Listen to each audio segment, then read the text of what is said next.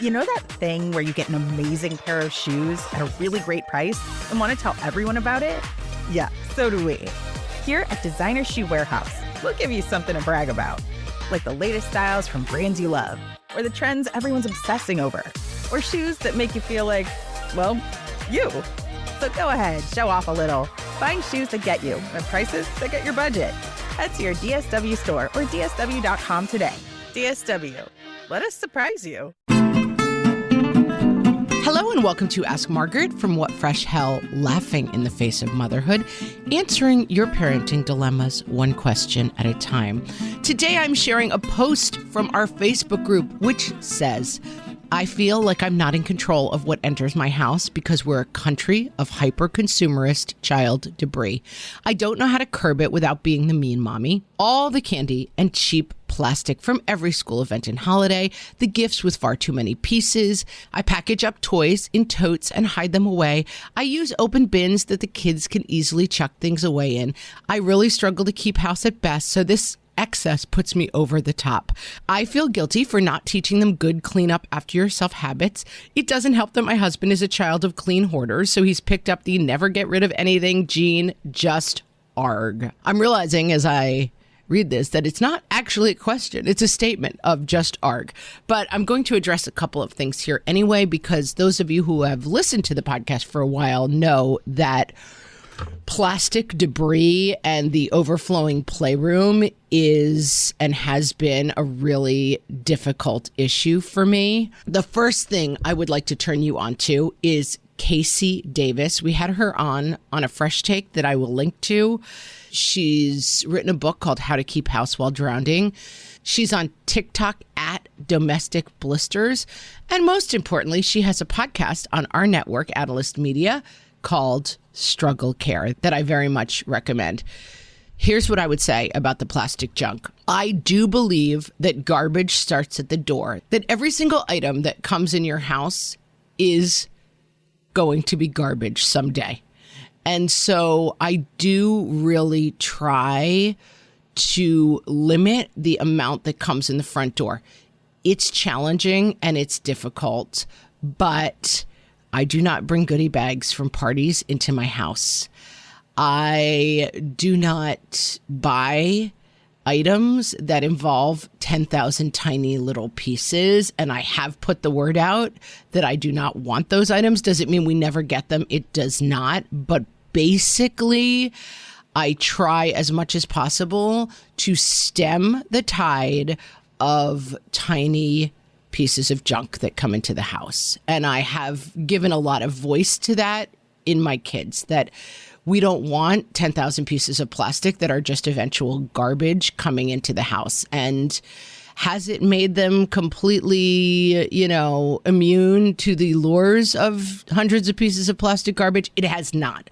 But it is something that I try to be very conscious of for myself, that stuff does not come into the house.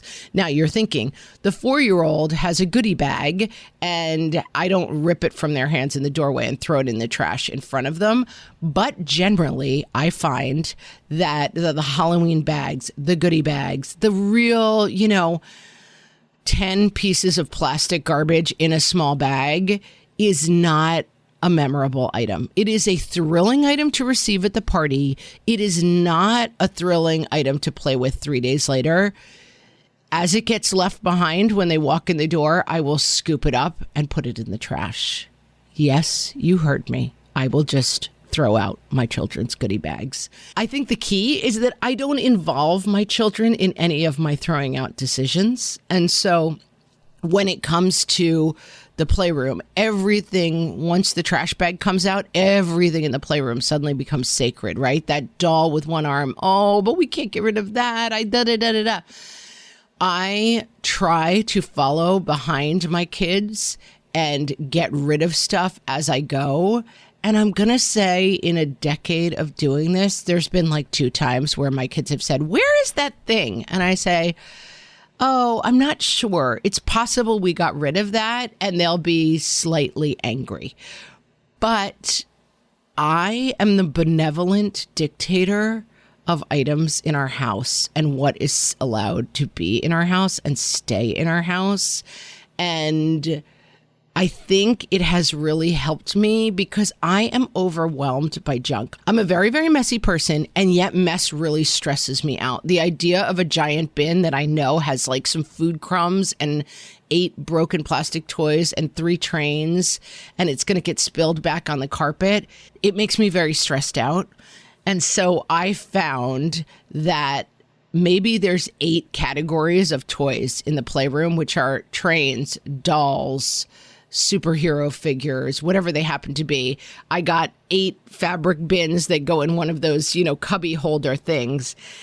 And basically, if we don't fit into those categories, we don't live in the playroom. And yes, we live either in the trash or at the donation place.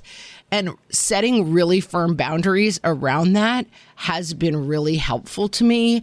And no, my husband doesn't get a vote and my kids don't get a vote on what those categories are. I will also say my kids are now 14, 13, and 11. And at about 10, you're done with this whole issue.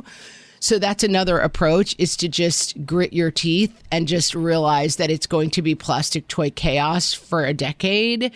My playroom has like the kids' computers, a couple of books, and very, very few toys, like some electronic toys. So you can either gut check and say, we're going to live in this 9-train set, nightmarish, plastic hellscape for 10 years, which I'm totally fine with. It's fine.